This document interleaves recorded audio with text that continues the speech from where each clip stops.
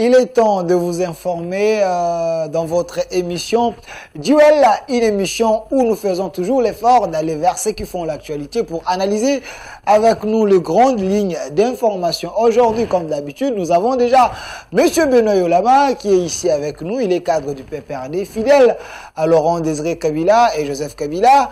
Il est là, nationaliste, M. Benoît Yolama. Soyez le bienvenu. Merci pour l'invitation et je salue tous ceux qui sont en train de nous suivre à l'instant à travers le monde. Voilà, de l'autre côté, il y aura la présence de Maître Gédéon Kolela et si tout va bien avec le professeur Georges Mulumbu qui peut faire son entrée. On a commencé un peu en l'état, comprenez-nous, parce que les embouteillages en République démocratique du Congo des fois posent des problèmes à nos invités, mais cela ne nous empêche pas de commencer cette émission avec le premier invité qui est déjà ici avec nous, M. Benoît Yolama. Je rappelle que vous êtes de l'opposition, vous êtes avec Joseph Kabila, Chadari et les autres, mais l'actualité aujourd'hui reste dominée par la désignation ou la nomination du juge à la Cour constitutionnelle, M. Dieudonné Badibanga, quelque chose comme ça. Vous avez suivi. Pensez-vous que c'est un homme de carrière, un homme qui peut donner la bonne image à notre Cour constitutionnelle? Sur la Cour constitutionnelle, je crois que nous, en tant que FCC, en tant que PPRD, nous avions déjà décliné cette offre-là. Nous ne sommes pas intéressés par le jeu du pouvoir. Et nous entendons un débat politique, un échange politique qui devra aboutir sur la mise en place d'une Cour constitutionnelle consensuelle. Et tout ce qui se passe aujourd'hui se passe dans l'illégalité, que ce soit l'ancienne composition, que ce soit l'actuelle composition. La Cour constitutionnelle n'inspire pas confiance. Nous estimons que tout ce que le pouvoir fait, c'est de commencer à préparer le vol électoral et la tricherie. Et nous estimons qu'on ne peut pas faire confiance à cette Cour-là. Tout ce qui se fait n'engage que le pouvoir.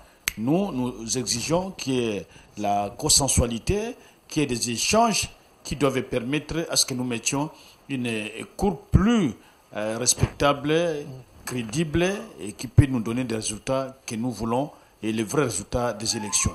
Mais le reste, ce n'est pas notre problème, qu'il continue, mais je sais que la machine sera bloquée quelque part et ils vont revenir à la raison.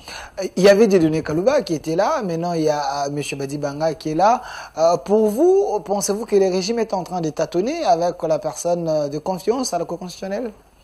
Oui, et d'abord, la tribalisation de la Cour constitutionnelle, ça devient un problème.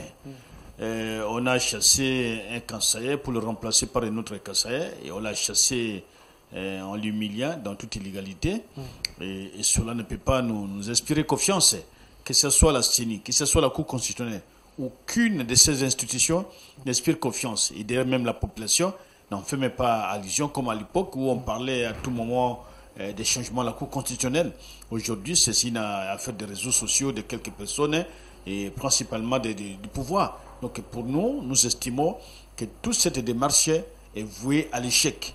Et vous verrez dans les jours à venir que le même juge vont finir, et peut-être quand certains seront encore chassés, humiliés, ils vont finir par faire accepter donc ce que nous sommes en train de dire aujourd'hui, reconnaître leur échec, reconnaître qu'ils ont été nommés par des voies illégales, et c'est ce que nous entendons d'ailleurs, puisque nous savons que dans l'opinion, la Cour n'a pas une bonne note. Mais M. Benoît Yolama, partout dans le monde, la Cour constitutionnelle a toujours été une affaire de politiciens, surtout la personne qui la préside. Vous êtes sans ignorer, à votre temps, il y a un audio qui avait circulé de Lambert Mende qui parlait de notre Cour. Est-ce que pensez-vous que politiquement, chaque régime peut avoir la même mise sur le président de la Cour constitutionnelle? Je ne crois pas que M. Mende ait parlé de la Cour en termes d'une propriété. Il n'a jamais démenti. En termes d'une propriété de l'ex-majorité présidentielle, je ne crois pas. Les nous qu'il a parlé, je crois que c'est nous, Congolais, nous, citoyens de ce pays, et nous qui peut être considérés comme nous magistrats, et je ne vois pas les nous comme les nous individuels, pas du tout. Et la Cour fait partie des pouvoirs que nous avons, en dehors du pouvoir législatif et exécutif, et la Cour fait partie des pouvoirs judiciaires. Et donc, c'est cette Cour-là, le président de cette Cour-là, qui sera le président du Conseil supérieur de la magistrature. Et donc, dire que la Cour doit être inféodée politiquement constitue une grosse erreur, puisque à ce niveau-là, il y aura soit l'émission, soit une ingérence qu'on ne sait pas qualifier. Et quand on s'ingère, quand on arrive à annuler cela, ça n'inspire pas confiance. Et puis, ça va mettre en cause même le fonctionnement de la justice. Et donc, nous estimons que cette démarche, le travail que fait le pouvoir pour s'approprier le pouvoir judiciaire n'est pas un travail qui honore la Constitution, et d'ailleurs ça révolte la Constitution, et nous estimons que probablement ils vont se ressaisir dans les jours qui viennent, puisque nous ne pouvons pas nous mêler de la gestion des affaires judiciaires. Il faut respecter les juges. Ce sont des grands messieurs qui ont étudié comme nous, et on ne peut pas les traiter comme si on traitait des enfants, qu'on manipule comme un jeu des dames. Nous estimons que cela doit cesser, et en tout cas, ça doit cesser. Mais M. Kalouba a été écarté par les tirages au sort, mais c'est lui qui est là. J'essaie un peu de suivre son CV. Apparemment, il a fait vraiment autant d'années, 40 ans de carrière, il a travaillé presque partout. Pensez-vous que son expertise, son expérience peut être utile à la nation et aux élections de 2023 ? Oui, et le problème n'est pas au niveau de l'expérience. Nous savons que c'est un grand juge qui a un passé très élongé qu'on ne peut pas discuter.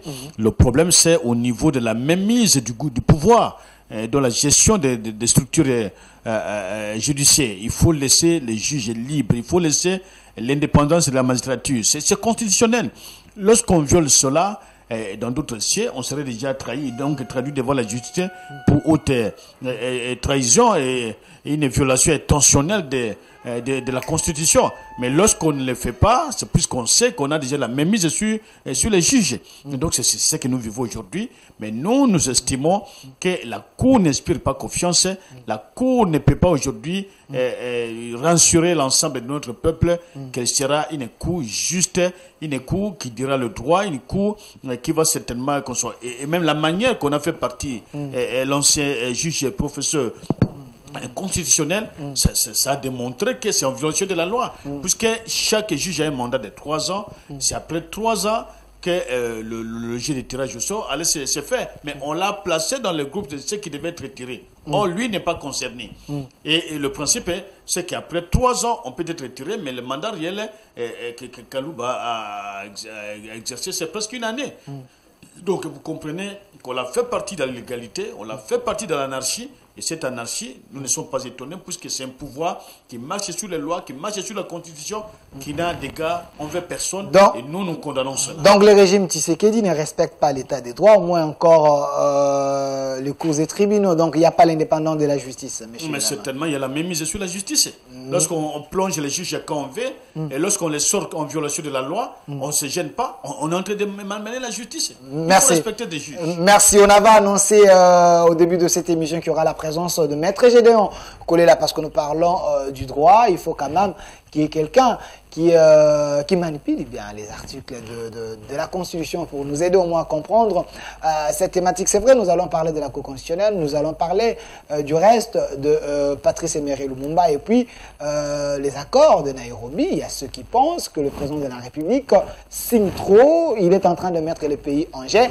Alors, pour la première thématique, Maître Gédéon Kolela, merci d'avoir répondu à notre invitation. On vous a appelé d'urgence parce qu'il fallait que vous soyez là, Maître Gédéon. La première question, vous avez suivi, il y a le président de la Cour constitutionnelle, M. Badi Banga qui est là, Yulama est en train de dire la personne a un CV, oui, mais le problème est que vous, l'Union sacrée, vous avez la même mise sur la justice congolaise. Pensez-vous que c'est ça l'état de droit que vous voulez? Bon, premièrement, je voudrais saluer mon frère, Benoît Yolama. Ça fait longtemps qu'on s'est rencontrés sur le plateau de télévision, alors que c'est un monsieur que je reconnais quand même, ce que je peux dire que la pertinence des analyses lorsqu'il laisse le cerveau analyser. Seulement que quand il commence à analyser avec la haine du cœur, c'est là où il tombe souvent dans les erreurs. C'est ce que vous pensez de lui? C'est pas ce que je pense de lui. Okay. Moi, je suis quelqu'un qui a fondé la politique sur une doctrine de valeurs, la reconnaissance de mérite, au-delà du droit de la différence à nos clivages géopolitiques et confessionnels. Donc, il faut savoir que Benoît Yolama, il a quand même une carrière, donc c'est pas quelqu'un qui a commencé la télé aujourd'hui. C'est dans ces qualités-là le micro que je reconnais les perficacités. Donc, alors que vous posez la question sur la Cour constitutionnelle. Le nouveau président de la Cour constitutionnelle, mais la crainte du côté de l'opposition, vous avez la même mise. J'ai compris la question. D'abord, monsieur Benoît, je voudrais dissiper la malentendu, c'est malentendu au niveau de M. Benoît. Hypocritement, il croit à cette cour parce qu'il a dit il souhaite que la justice soit dite. Mais il refuse d'appartenir à cette justice. Dans quel sens?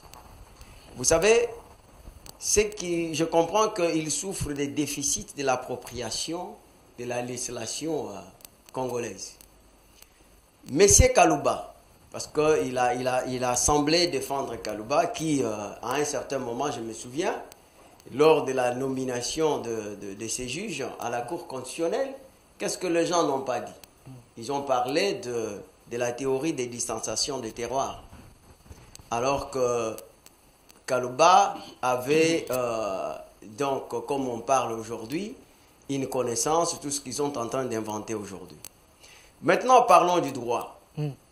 Kalouba, il a fait son mandat plein. Pourquoi? Parce que Kalouba est venu en remplacement de Benoît Luamba. Lorsqu'on vient dans le remplacement, c'est-à-dire qu'on accomplit ce que l'autre avait déjà commencé. Et c'est la loi portant création de la Cour constitutionnelle qui organise dans son article 9. C'est comme aujourd'hui, pour donner une illustration plausible, et que nous avons un vice-gouverneur qui venait d'être élu au niveau de l'Assemblée provinciale. Monsieur Jekoko Moulumba. Vous n'allez pas demander à Jekoko Moulumba de faire 5 ans. Parce qu'il est venu en remplacement de mandat de celui qui était là. Donc c'était le cas de Kalouba. C'était le cas de Kalouba. Kalouba a fait 2 ans plein. Et lorsqu'on parle de tirage au sort, déjà, le contenu de mots, tirage au sort, ça signifie quoi? Donc ça peut tomber sur n'importe qui.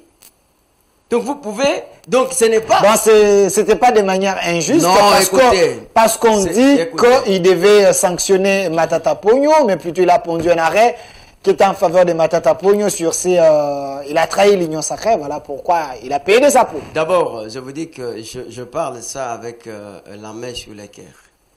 Et que nous avons pour la première fois un président qui ne s'ingère jamais dans les affaires de la justice. Ce n'est pas ce que Yolama pense. C'est la déclaration. Oui, Yolama, je connais. C'est quelqu'un qui sait. C'est un politique de longtemps. Il peut inventer quelque chose, il peut mentir. Donc, c'est dans ses habitudes.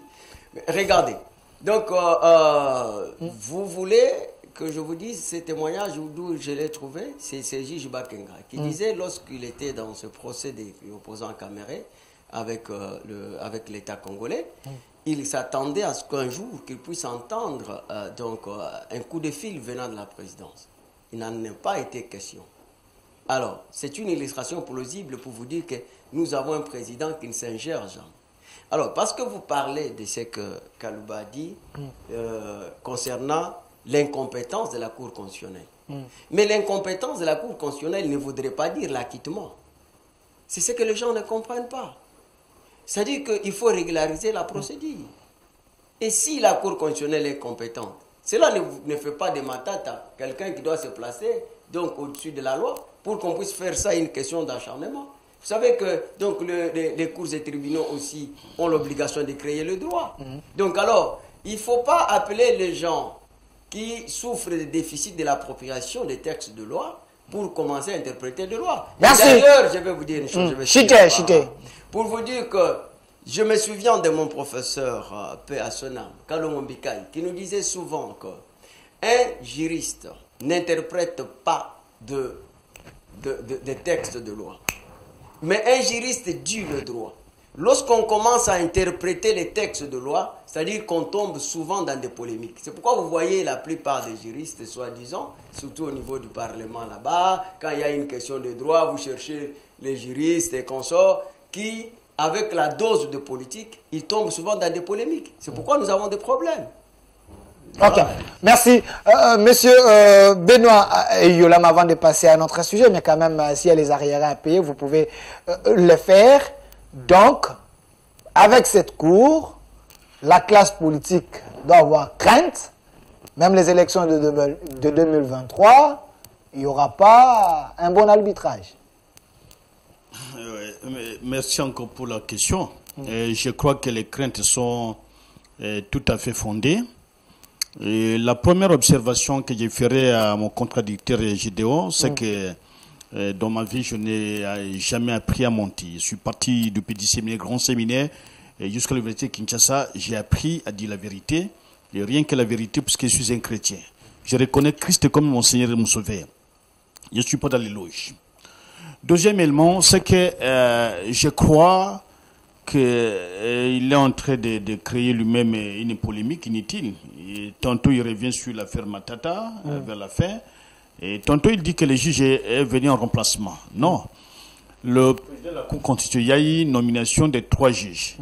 Et Kalumba ne remplaçait pas le juge fait Benoît Loire. Kalouba, il ne remplaçait pas. Il y avait la nomination de 3 juges. Et lorsque les 3 juges ont été nommés, et je me rappelle bien de l'un de leurs artisans qui interprète la Constitution à l'Assemblée nationale, M. Mbata. M. Mbata, le professeur constitutionnaliste. Mais réservez-moi un peu de cela.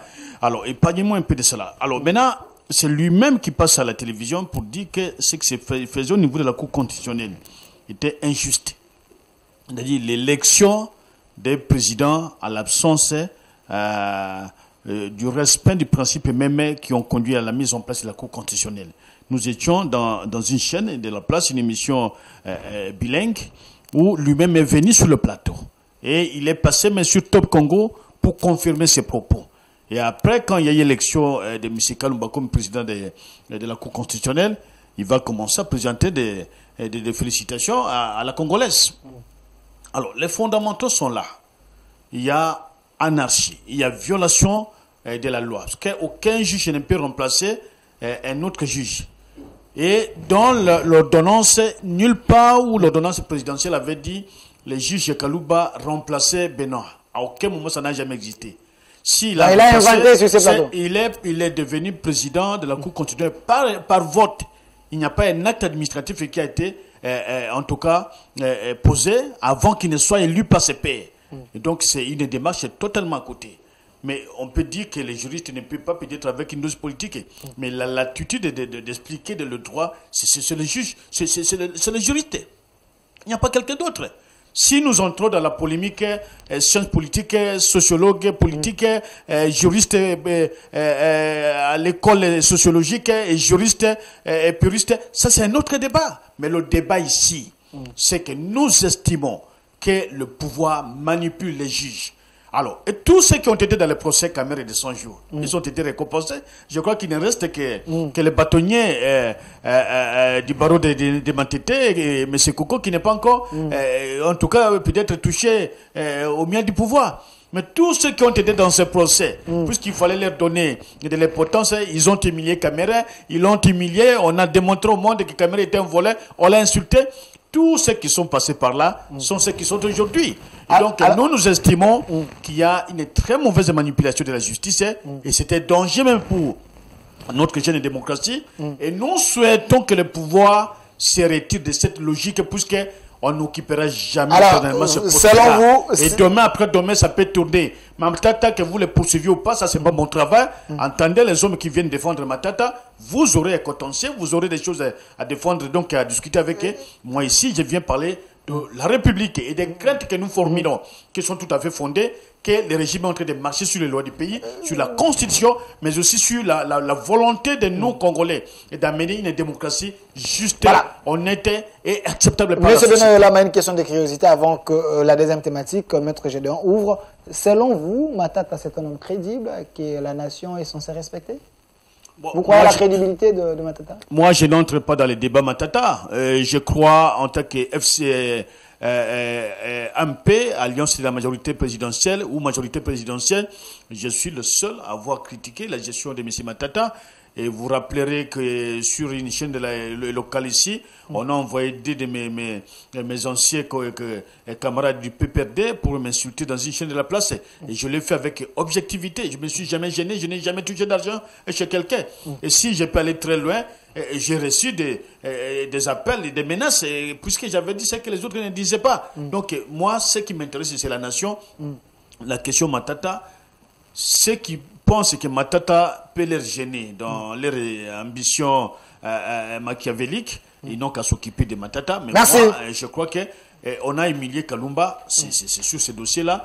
Kalumba était devant ses maîtres, ses grands professeurs, qui ont eu à présenter non seulement la doctrine, mais la loi, mais aussi les principes des droits. Merci. Donc, tout celui qui sait, sauf si il a, en tout cas, la bénédiction du Satan, c'est celui-là qui va dire le contraire de ce que je suis en train de dire. Mais en dehors du Satan, en tout cas, si c'est la vérité de Dieu, tous savaient que la manipulation a été grande, que tout ce qui est arrivé de l'autre côté de la Cour constitutionnelle, c'est à cause du dossier Matata, où le juge Kalouba était accusé d'avoir touché 3 millions de dollars, qu'il n'a jamais touché.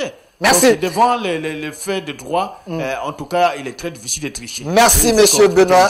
Merci, monsieur Benoît Yolama. Ouvrons cette deuxième thématique. Messieurs les arriérés, vous pouvez les payer. Mais j'ai un témoignage pour vous, monsieur Benoît Yolama. Quelqu'un m'avait dit, si Yolama, à l'époque de Kabila, il n'a jamais été nommé ou soit promis, c'est parce que c'est quelqu'un qui n'aime pas aller dans les magouilles, qui n'aime pas aller dans les combines. On vous juge d'un homme clair, honnête, qui dit la vérité. Vous n'avez pas froid aux yeux pour s'adresser même aux autorités, vos anciennes autorités du MCC. Voilà, monsieur Gédéon Kolela, la deuxième thématique, le reste de notre héros, Patrice Emery Lumumba. Aujourd'hui, si tout va bien, Sama, notre Premier ministre, va ramener cela à Kinshasa. Pensez-vous que c'est un événement, une diplomatie agissante? Aujourd'hui, le Congo est honoré sous régime Tshisekedi. Bon, je vais répondre sur cette question de notre héros national, le modèle, l'encyclopédie de la politique congolaise. C'est Emery, Lumumba reste un modèle, non seulement pour le Congo, mais pour l'Afrique et le monde. Je dois vous avouer que quand je suis arrivé à Moscou pour la toute première fois, on m'a fait visiter l'université qui porte le nom de Lumumba. Je regardais, je dis waouh. Et c'est à ce moment que j'ai compris la grandeur de cet homme. Donc je vais revenir sur ça pour dire que Lumumba, c'est parmi les gens qui, c'est pas là où il a aspiré pour inspirer, respirer après son expiration. Donc on continue à vivre Lumumba jusqu'à aujourd'hui. Je pense que vous avez compris mon expression là-dessus. Alors, maintenant, je voudrais revenir sur ce que Benoît Yolama, lui-même, il s'est contredit. Donc, mais j'ai aimé de la manière qu'il a chité. Il a chité en disant qu'il ne peut pas prendre fait et cause pour Matata. Et pour lui, du fait d'être dans la famille présidentielle de l'époque, n'était pas une cause d'exonération des responsabilités qu'il pouvait reprocher à Matata. Alors, aujourd'hui, il ne doit pas dire que non. Si Matata sera poursuivi, ça sera un acharnement politique ou bien on veut les régler des comptes parce que lui-même a eu à faire des reproches de la gestion Matata. Donc ça c'est l'honnêteté. Maintenant la partie parce qu'il dit qu'il ne mange jamais alors que la Bible, parce qu'il dit il est chrétien, non? La Bible dit il faut que tout homme soit connu étant le menteur afin que Dieu soit le vrai dit. Donc il arrive que monsieur Yolama trompe et se trompe ou déçoit aussi. Vous comprenez? Donc, c'est-à-dire que c'est ça la différence entre nous et Dieu. L'homme trompe ou peut tromper, c'est pas que je dis qu'il est menteur. C'est-à-dire un menteur, c'est celui qui fait des mensonges comme un art. Mais l'homme... Qu'est-ce qui est faux dans ce qu'il a dit, s'il vous plaît? L'homme trompe, l'homme se trompe et l'homme déçoit. Et Benoît Yolama se trompe.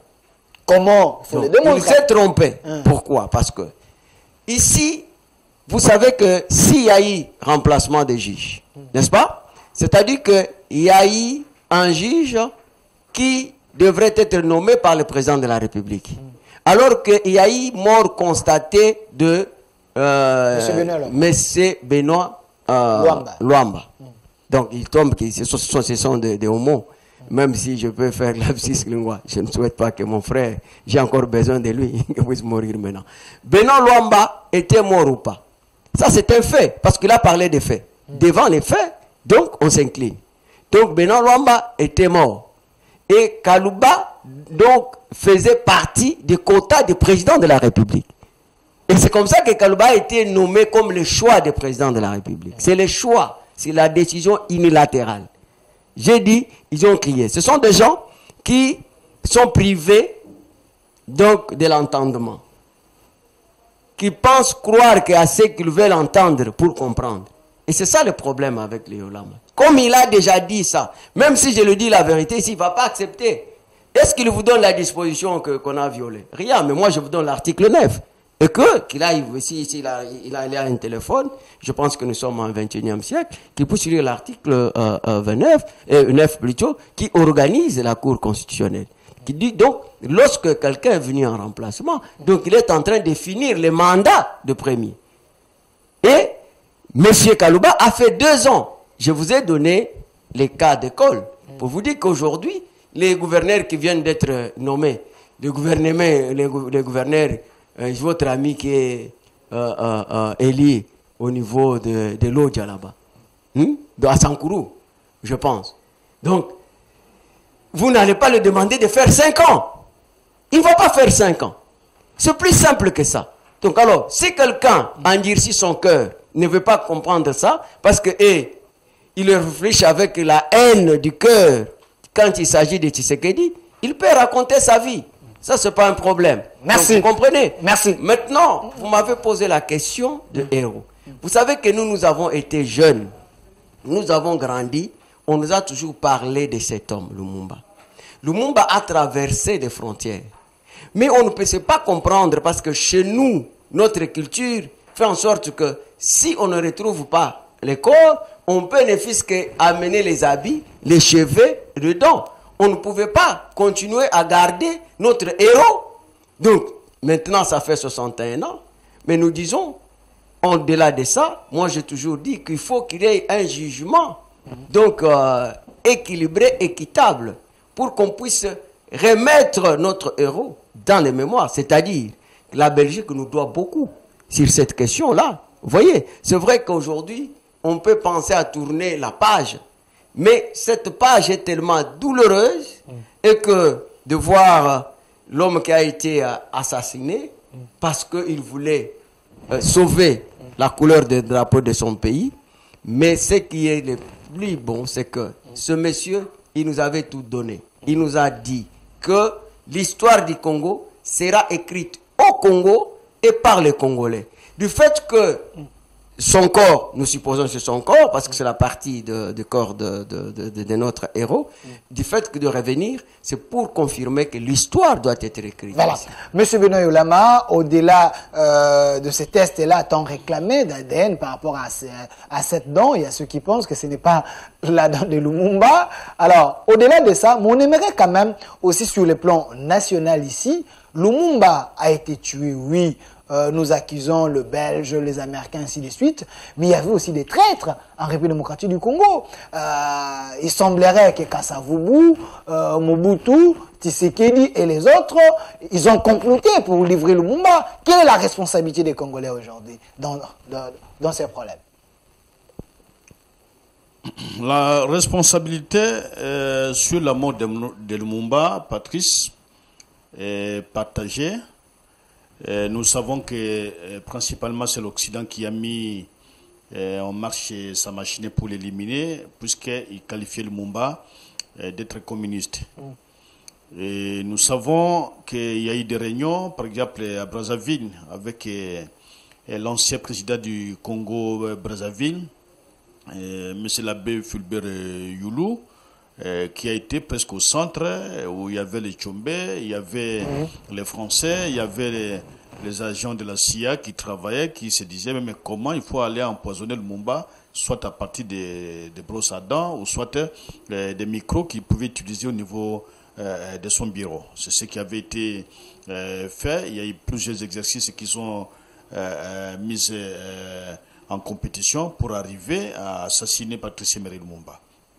Mais cela n'avait pas eu lieu très facilement, puisqu'il y avait une classe politique qui était très déterminée, qui estimait qu'il faut travailler dans l'harmonie. Mais malheureusement, Lumumba tombera victime de sa propre bonne foi, parce que c'est lui-même qui nomma Mobutu comme chef d'état-major. C'est lui-même qui avait accepté d'approcher les Bomboko à l'époque, avant que le club d'Embiza ne fonctionne. Il a été un homme très ouvert, il a démontré qu'il était nationaliste. Mais ce qui a surpris l'Occident dans la démarche de Lumumba, c'est que Lumumba n'est jamais arrivé à Moscou, dans l'ex-URSS. Lumumba est resté un nationaliste, et quand on l'a tenté, les Occidentaux ont tenté de lui donner 7 millions de dollars. À l'époque, il représentait aujourd'hui, je ne sais pas si c'est 7 milliards de dollars. Lumumba avait refusé et avait dit aux Américains que son pays pouvait lui donner mieux que ce qu'il était en train de lui donner. Donc c'est un homme de conviction, un homme de valeur, et un homme qui a su présenter l'identité nationaliste, non seulement congolaise, mais aussi, en tout cas, panafricaine. Et donc c'est un homme qu'on ne pouvait pas limiter à la seule nation congolaise. Lumumba, on l'amène, il fuit sa résidence qui est à côté ici. Il se retrouve jusque-là arrêté par le major Pongo, le père de la chanteuse Ponglove. Et on l'a ramené, on a tenté de l'amener vers l'État kassaïen. Il n'est pas parti vers le sud Kasaï. Et on l'a renvoyé directement au Katanga avec les instructions certainement des Occidentaux. Mais les complicités sur le plan interne sont là. Jeune Afrique, je crois dans son numéro 22 de 1987, si je ne me trompe pas, présenté à l'époque du Zaïre, qui avait 22 personnes. Je crois que c'est de 22 personnes, pas les numéros, que je n'ai plus en tête. Et sur les 22 personnes qui parlaient Jeune Afrique, on avait cité Justin Marie Bomboko, on avait cité Tien Tshisekedi, l'auteur de la fameuse lettre du crapaud Lumumba, on avait cité Mobutu, on avait cité l'actuel l'ancien PDG, PDA de la MIBA, M. Mukamba, qui est encore vivant. On avait cité Kalonji et Ditunga. On avait cité l'ancien patron des renseignements, les Novavni, donc il y avait autant de noms. Autant de noms. Ce sont des noms qui sont dans plusieurs livres. J'en dispose de plus de 7 livres qui parlent de la mort de Lumumba et des conséquences, mais des CD. Alors, nous aurions souhaité que lors de la conférence nationale souveraine, que ces dossiers soient mis en clair. Malheureusement, encore les Occidentaux ont bloqué les dossiers, ont bloqué la conférence nationale souveraine avec l'apport de M. Mosengo Passigna, et tout ce qui devait, en tout cas, voir de la lumière sur la question, a été complètement en tout cas, oublié. Et voilà les conséquences aujourd'hui. Mais c'est bien que la dent revienne, bien qu'il y a un problème d'authenticité de la dent. Il n'y a pas un fait scientifique qui démontre que réellement c'est la dent de Lumumba. Mais nous estimons que la symbolique est une grande chose qu'on peut retenir, et que l'âme de Lumumba, qui était presque suspendue à l'air, s'il faut dire ainsi, descend dans son sol natal.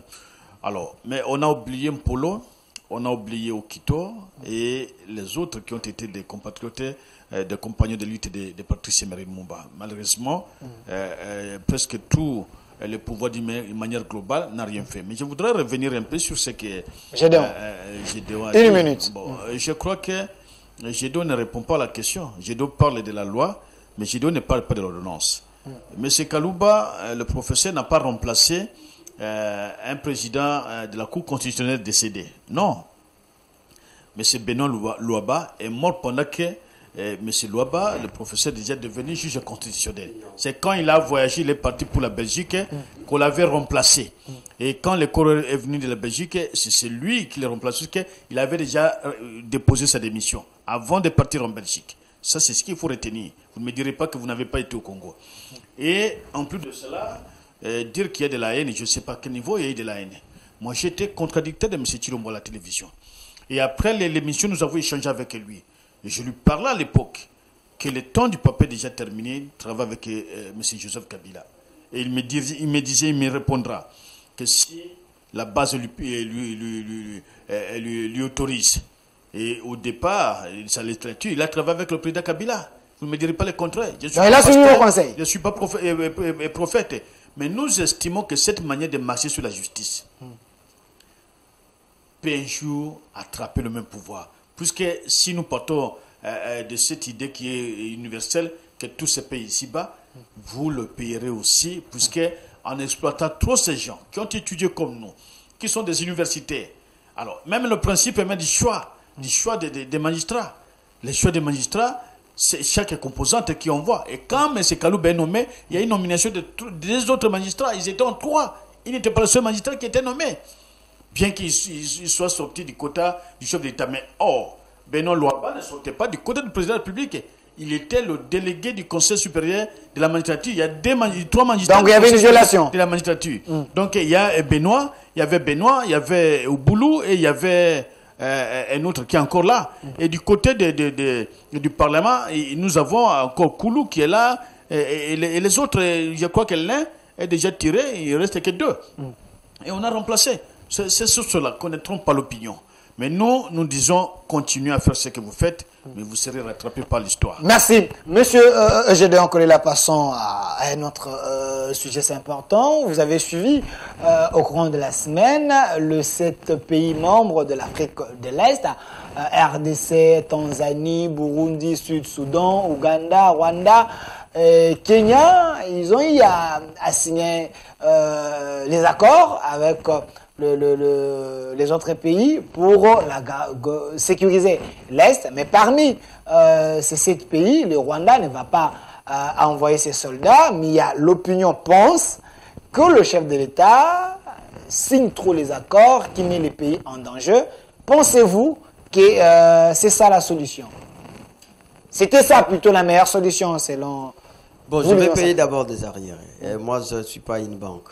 Je pense que M. Benoît revient sur les choses qu'on a déjà dit. Je persiste pour vous dire que c'est vous. C'est pourquoi je dis que c'est tout à fait normal. Tu t'es dit chrétien, mais tu mets en cause même la parole de Dieu, qui dit que tout homme doit être connu étant menteur, et que tu te trompes. Donc l'histoire est connue. On peut sortir maintenant là demander quand est-ce que Kalouba a été nommé. Donc c'était l'absence totale qu'on a constatée au niveau de la Cour constitutionnelle à la personne de Benoît Louaba. Donc alors, si vous n'arrivez pas à mémoriser cette histoire, moi je suis pratiquant de droit, je suis avocat de surcroît et je connais comment les événements sont en train de succéder au niveau de l'appareil judiciaire. Donc de ces côtés-là, il n'y a pas de débat. Bon, maintenant... La trahison, trop d'accord, mais le pays est toujours en danger selon... J'entends ici beaucoup de malgames. Vous savez, l'histoire, nous avons l'habitude de la banaliser. Alors qu'elle est têtue et elle demeure et elle est aussi synoptique. Vous voulez dire quoi? Donc, je veux dire que chacun prend une partie qui lui semble bon pour développer. Donc, en fait, c'est tout à fait aussi normal parce qu'on n'est pas dans l'encyclopédie. Regardez, lorsque quelqu'un aujourd'hui, il est l'auteur d'une infraction, ne pensez pas qu'il va accepter librement pour dire que je suis seul. C'est vrai que dans la mort de Lumumba, il y a eu beaucoup plus d'implications de gens. Et je suis d'accord, parce que moi, je ne suis pas des gens qui font le débat pour le débat. Il faut reconnaître lorsque quelqu'un a dit quelque chose de vérité. Il vient de dire là que Lumumba lui-même s'est piégé. Parce que Mobutu n'a pas franchi toutes les étapes pour devenir colonel. Donc lui-même, et puis il était son conseiller, donc l'homme de mèche, l'homme avec qui il a aussi beaucoup plus comploté, parce que Lumumba aussi n'était pas parfait. Vous voyez, donc il a des erreurs qu'il a commises, mais le plus important, c'est que c'est quelqu'un qui a marqué sa génération. Des micros. C'est quelqu'un qui a marqué sa génération. Regardez, à cette époque-là, Tshisekedi, je ne voudrais pas prendre les faits et causes, mais l'histoire est tellement têtue. Tshisekedi était que vice-ministre. Voilà l'acharnement que vous voyez. Voilà, même aujourd'hui, il y a des gens qui sont en train de faire le transphasages de la haine, de père au fils, parce que tout simplement, Tshisekedi étant un acteur majeur de cette politique, donc il a dérangé beaucoup de régimes, y compris des régimes que M. Benoît Eloma a servi. C'est pour ça que, vous voyez, en commençant par Mobutu, ils ont fomenté une histoire. Imaginez un vice-ministre de la justice. Il a quel rôle qu'il peut jouer pour qu'il soit cité? Tout simplement parce que Tshisekedi dérangeait les régimes de Mobutu. Il faudra qu'on puisse le faire pour Merci de répondre à la question. Dans la conférence nationale souveraine, donc moi et lui, nous sommes presque de la même génération, nous avons suivi, malheureusement. Donc les jours où on a dit, quand Mounongo a pris la parole pour dire, c'est lui qui a tué Lumumba, il est dans la salle. Mais or, nous savons que c'est Mounongo qui a accompagné Mounongo, Munkamba et les 3 personnes. Donc là, et c'est lui qui a empoignardé, donc qui a mis le couteau dans le côte de Lumumba. C'était... quand je vois la fille de Mounongo parler ici des histoires, donc il veut encore susciter le plaid. Vous voyez, nous ne sommes pas des gens qui ont commencé la politique aujourd'hui. Nous avons cette histoire ici. La conférence nationale souveraine, donc nous tous, nous avons eu à suivre comment les acteurs parlaient. Alors, Jeune Afrique, il y a beaucoup de choses ici. Venez nous citer. Autant de noms, le complice sur le plan interne. Attends, lui ne croit pas à hold-up financier qu'on a parlé, qu'on a cité M. Kabila. Mais c'est toujours les mêmes médias internationaux, même moi, parce que je sais que ces médias-là savent comment manipuler l'opinion.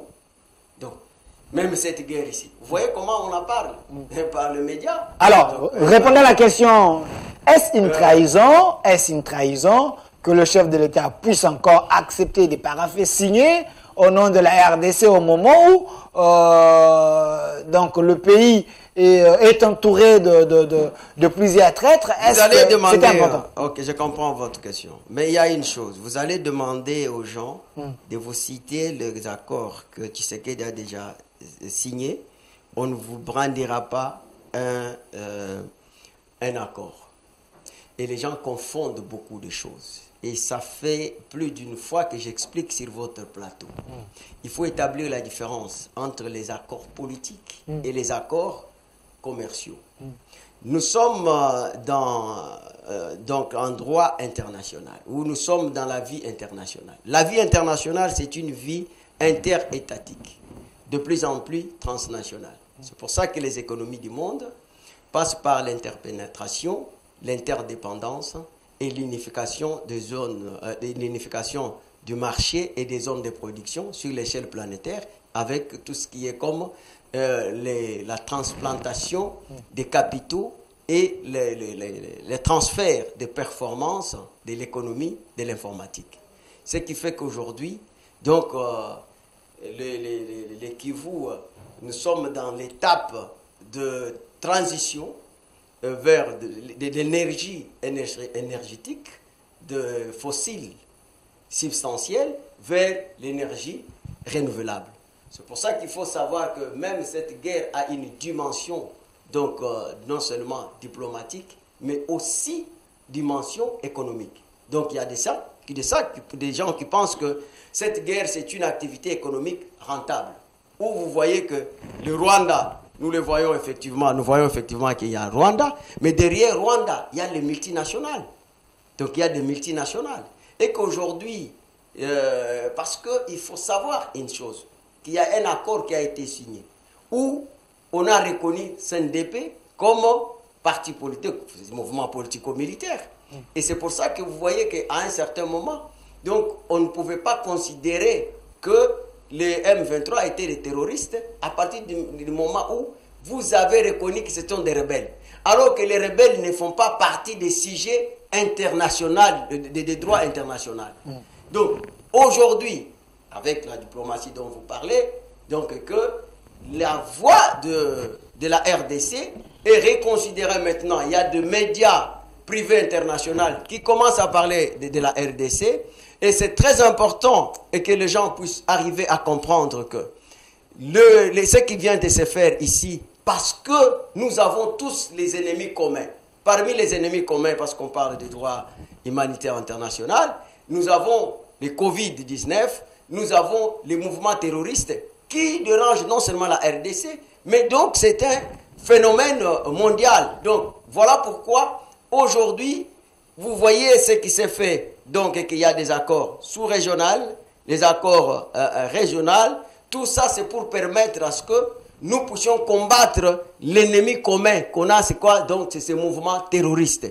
Donc, et puis, vous soulignez bien qu'aujourd'hui, c'est clair que le Rwanda est impliqué dans cette agression, donc d'une manière déguisée, par le rebelle.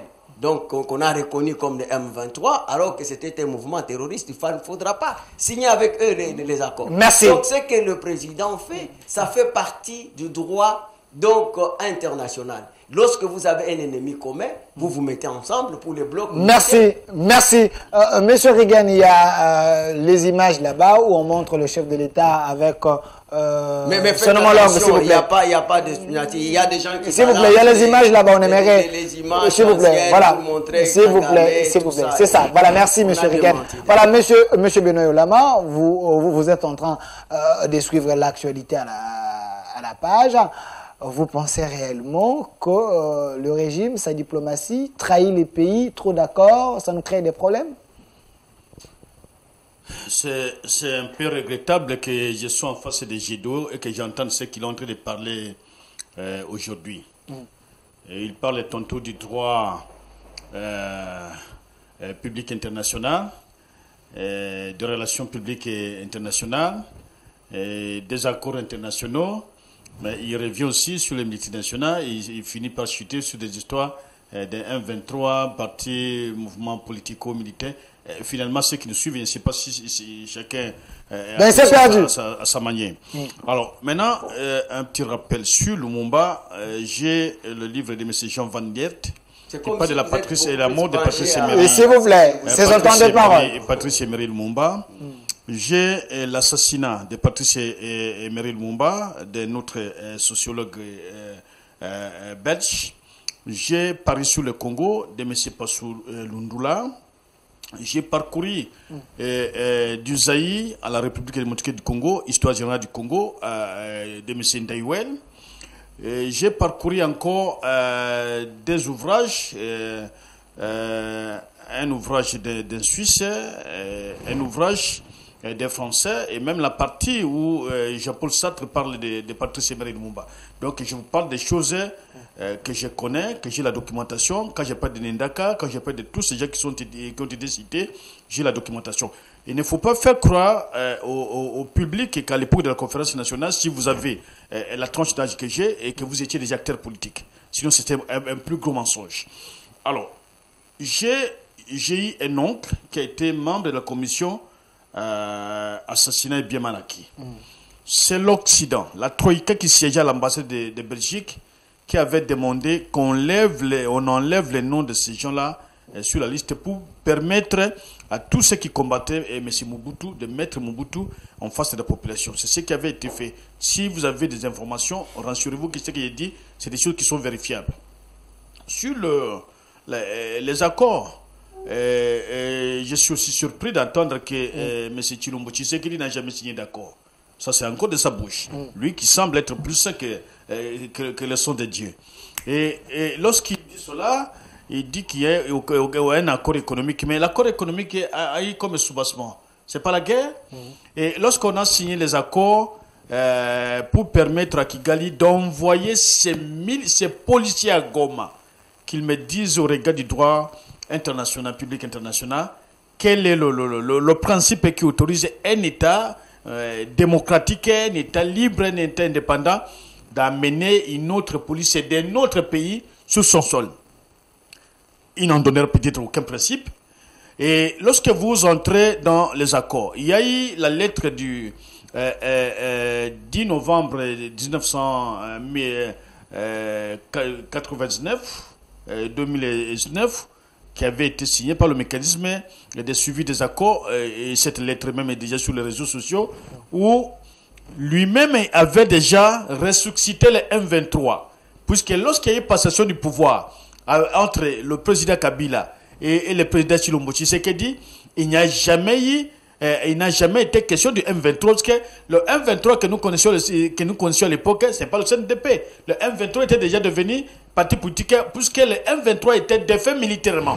On a récupéré tous ces effets, et c'est là que j'ai rejoint M. Chilombo, le président de la République, que le M23 était défait militairement. Et toute la logistique était ramenée dans notre armée. Donc le M23 n'existait plus. C'est lorsqu'il tend la main à Kagame, c'est lorsqu'il croit que Kagame est son frère, qui va ressusciter tous ces gens-là pour dire qu'on soit aidés. Ceux qui avaient fui, qui étaient quelques Congolais qui avaient fui, sont partis vers l'Ouganda. Ils ne sont jamais partis à Kigali. Et c'est lorsqu'il tend maintenant la main à Kagame en commettant des erreurs, c'est là qu'il a ramené, que Kagame a trouvé une opportunité incroyable de ramener, de verser encore des Rwandais de l'armée congolaise. Lorsqu'il commet des erreurs dans l'organisation opérationnelle de l'armée, lorsqu'il commet des erreurs en acceptant que l'Ouganda revienne au pays, il y a eu des accords avec l'Ouganda. Vous ne direz pas qu'il n'y a aucun accord. Et sans que c'est mensonge. Et de votre bouche, vous dites qu'il n'y a eu aucun accord. Donc, l'adverbe est là, si c'est un adjectif, aucun, que vous allez le qualifier. Mais il y a eu des accords. Et quand Kagame dit que nous avons signé des accords, quand lui-même dit que nous avons signé des accords, vous êtes là pour le contredire. Merci. Nous estimons que c'est un accord de trop. Et le Rwanda est au Kenya pour aider le Kenya à lutter contre les forces négatives. Et aujourd'hui, on va donner le commandement de notre armée, et de l'armée, donc la coalition, au Kenya qui n'a aucune expérience militaire. Et des militaires qui ont été annoncés depuis plusieurs mois, presque plus de 3 ans, qui ne sont jamais arrivés au Congo. Merci. Et nous avons vu, ici à Kinshasa, les MiG de l'armée. C'est également votre mot de la fin. Je termine par là. C'est votre mot de la fin. Les MiG de l'armée angolaise ont flotté Kinshasa ici, avec des millions payés par les trésors publics. Mais ces MiG, on en a besoin là-bas. Lorsque nous avons au ministère de la Défense un détournement, bien qu'on peut qualifier de présumé, de 78 millions de dollars, dénoncé par le Parlement, et que M. Mbosso refuse qu'il y ait une commission d'enquête. Et le même qui est ministre aujourd'hui de cette structure a été dans le RCD. Vous ne me direz pas que cela n'est pas une vérité. Donc c'est là où il y a les problèmes. Vous pouvez signer autant d'accords, vous pouvez tout faire. Il faut faire confiance à notre armée. Il faut financer notre armée et que l'argent qui est décaissé du trésor public, c'est l'argent que nous contribuons pour nous qui avons en tout cas encore la volonté de contribuer d'aider le pays. Merci. Que des chanteurs qui veulent chanter pour répondre aux besoins de leur ventre. Merci, M. Benoît Olama. Donc, que le mal aujourd'hui, c'est M. Chilombo. Merci, M. Benoît Olama. C'était également votre mot de la fin, M. Gédéon Kolela. 40 secondes. Terminé. Alors, vos accords, l'Union sacrée, créent trop de problèmes à la RDC et même la Mouka en parle, la société civile en parle. Finalement, vous mettez le pays en danger.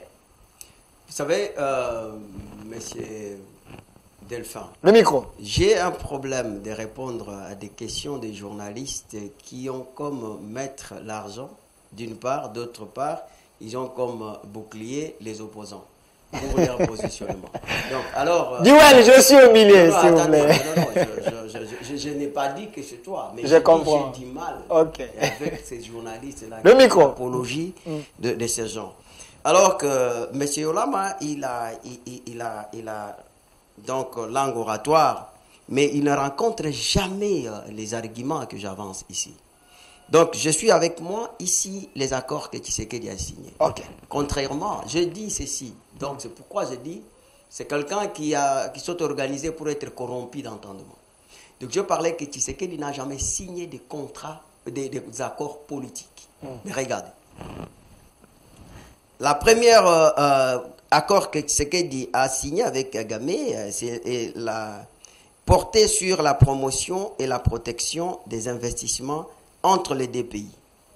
Le second est une convention en vue d'éviter la double imposition et prévenir l'évasion fiscale en matière d'impôts sur les revenus, tandis que le troisième protocole d'accord concerne l'exploitation de l'or et impliquer la société congolaise Sirferer Sakima, SA, ainsi que la société rwandaise. Voilà ce qui a permis à ce qu'aujourd'hui, qu'on arrive à lutter contre les gels des droits des concessions minières, source de ce que j'ai appelé les actifs dans les banques locales, et qu'aujourd'hui, contrairement à leur gestion, opaque de mes gestions, nous avons quitté de 4 milliards au temps de Kabila pour arriver à 14 milliards au temps de Tshisekedi. Et avec Tshisekedi, aujourd'hui, on a mis fin à ce qui est donc l'exploitation artisanale qui alimentait M. Kagame. C'est pour ça que son économie aujourd'hui a chuté donc aux environs de 50%. Et regardez, aujourd'hui, Kagame ne sait pas exporter de l'or. Parce que cet or, pour que ça puisse être vendu au niveau international, ça doit être certifié au niveau de notre centre d'expertise et d'évaluation.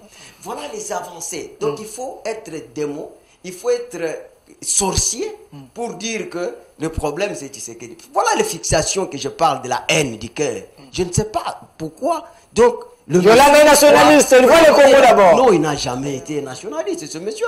Et donc, c'est pour ça que quand tu dis, regardez Yolama, toi tu as dit que c'est parce qu'il est chrétien. Non. Le problème c'est que Yolama ne répondait pas donc aux critères que le genre, parce qu'à un moment il a travaillé avec Bochab, vous savez. Merci.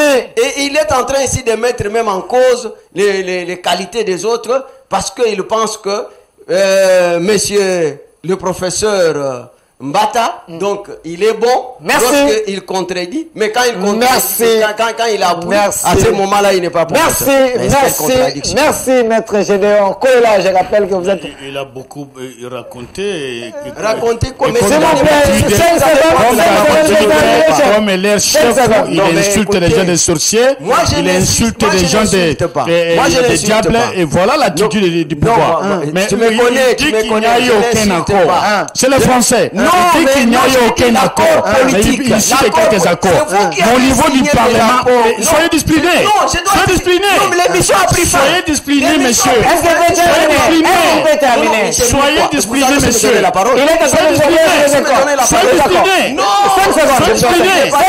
disciplinés. Il faut arrêter de parler, monsieur.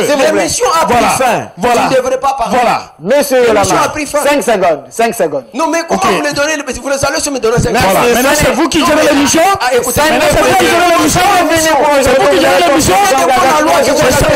C'est ça. L'image de l'union sacrée. Non, mais ça, c'est de notre à la réalisation, M. Rigana. Merci à mon directeur de programme, Popol Leke Mouchipai, à notre DRH, Popol Chongo. Restez fidèles à nos programmes. Au revoir.